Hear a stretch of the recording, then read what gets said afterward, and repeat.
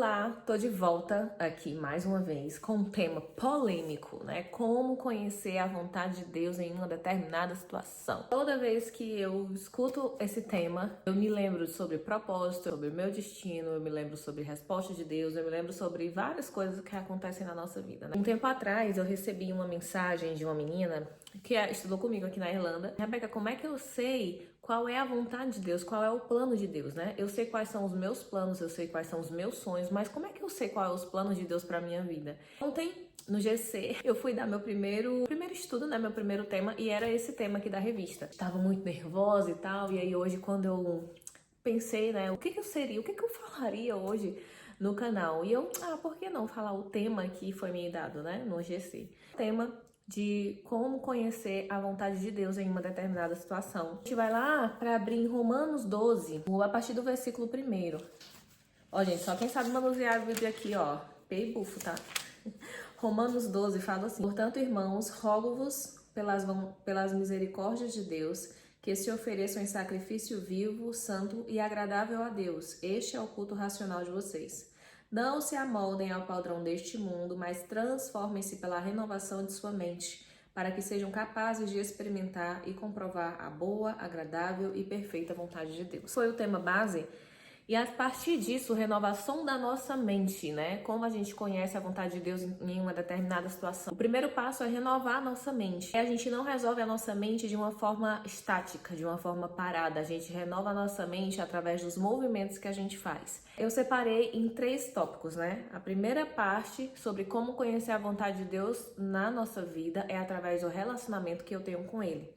E o relacionamento que a gente tem com o Senhor, ele não pode ser algo pontual, né? Ele é algo crescente, ele é baseado na intimidade que eu tenho com Deus. Às vezes a gente vive nosso relacionamento com Deus de uma forma tão apática que aí a gente trata ele somente como o mestre dos nossos desejos, né? A gente só vai orar pedindo para que ele realize a nossa vontade. É assim que a gente se relaciona. A gente não se relaciona com o nosso amigo, com os nossos pais, com o nosso marido, somente para que ele realize nossos desejos, mas é uma conexão mútua que a gente tem com essas pessoas. A partir do momento que a gente tem essa conexão com o Senhor de uma forma mútua, de uma forma que está contribuindo, né, que existe um crescimento, essa conexão, essa intimidade, ela gera um conhecimento da natureza de Cristo.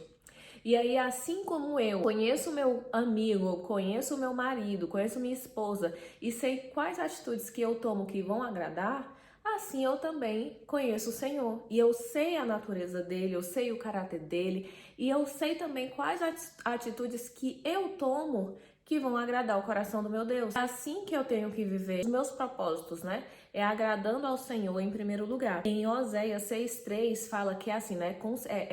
Caminhamos e prossigamos em conhecer o Senhor. Prossigamos, ele não é algo pontual, né? Ele tem que ser algo contínuo, ele é um processo contínuo. Jeremias 29:13 fala um versículo que fala assim: buscar-me-eis e me encontrareis quando me buscardes de todo o coração. O verdadeiro valor dessa intimidade com Deus, ela tá em realmente buscar o Senhor. Quando eu escrevia sobre isso e meditava sobre isso, me veio algo na mente que é em 1 Coríntios 13:11, que fala assim: quando eu era menino, fazia coisas de menino, me relacionava como menino, porém que agora eu cresci e deixei para trás as coisas de menino. Eu sei que durante a nossa caminhada cristã, o início dela é basicamente pedidos, né? A gente só ora para pedir, né? Eu fui ensinada assim também. E aí, a partir do momento que a gente cresce, o Espírito Santo, ele nos convida para ter um relacionamento mais profundo com Deus. Conhecendo a Deus mais intimamente, eu conheço a sua natureza, o seu caráter, e começo a analisar se certas decisões iriam agradar a Deus. Se alegraria o seu coração, o que reflete a sua essência e o que não combina com quem ele é. A intimidade com o Senhor, ela gera discernimento. E é a partir disso que eu começo a analisar as minhas decisões, não mais pelo que me convém, mas pelo que agrada a Deus. O primeiro ponto para saber se certa decisão que eu vou tomar, ela é do agrado de Deus, é através da oração, da intimidade, do relacionamento que eu tenho com o Senhor. Depois disso vem a conexão. Provérbios 11:14, deixa eu achar aqui para vocês bem rapidinho. Sem diretrizes, a nação cai. O que salva é ter muitos conselheiros. buscar os conselhos das pessoas mais sábias que já passaram por algo parecido com o que a gente passou. Isso não é errado. Muitas vezes a gente está na leitura da palavra, está em oração, mas ainda está tudo muito nebuloso e a gente não consegue enxergar quais são os desejos de Deus para aquela decisão que eu vou tomar, né? Deus usa a vida das pessoas. Ele não exclui as pessoas, mas ele usa a voz das pessoas para nós reconhecermos também a voz de Deus através da vida delas, né? Pessoas que são mais experientes, pessoas que nos amem, pessoas que tenham a mesma fé que nós temos. É lindo saber que Deus, ele aposta e ele gosta de agir assim, né? Em comunhão, nesse cuidado mútuo, assim como Moisés na Bíblia teve Arão e Ur, como Ruth teve Noemi, como Esté teve Mardoqueu. Nós também temos esse relacionamento mútuo com as outras pessoas para saber também qual é a vontade de Deus nas nossas decisões. O terceiro é o jejum.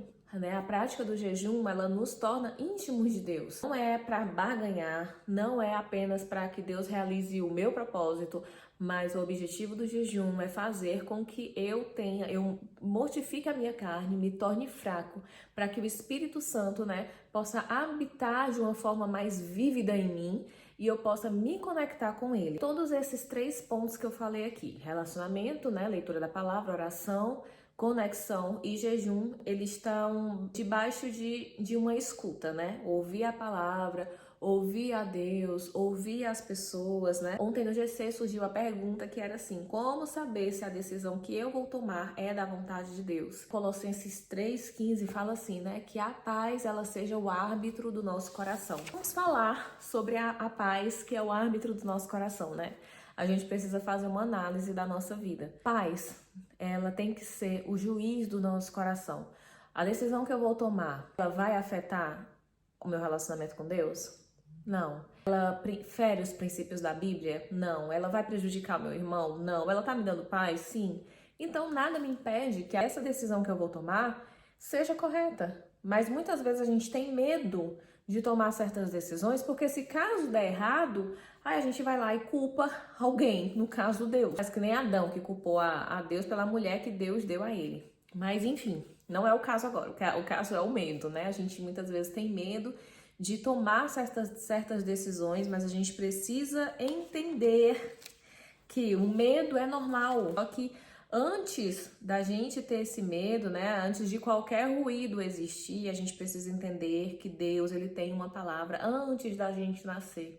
Em Salmo 139 fala que Deus nos conhece desde o ventre da nossa mãe e ele tecia os nossos ossos. Normal ter medo, mas é preciso que a gente encontre um local de descanso. E esse local de descanso e de renovo é para relembrar que é nele em que a gente deve confiar. A palavra de Deus fala, né? Quero trazer à memória aquilo que me dá esperança. Então, que você possa meditar, né, nesse local de renovo, nesse local de restauração, que a sua mente pode ser transformada, não no mundo, mas a sua mente é transformada através da medida que você se aprofunda na palavra e medita nela. Lá em Lamentações 3, do 21 ao 24, fala o seguinte: todavia, lembro-me também do que pode me dar esperança. Graças ao grande amor do Senhor é que não somos consumidos, pois as suas misericórdias são inesgotáveis.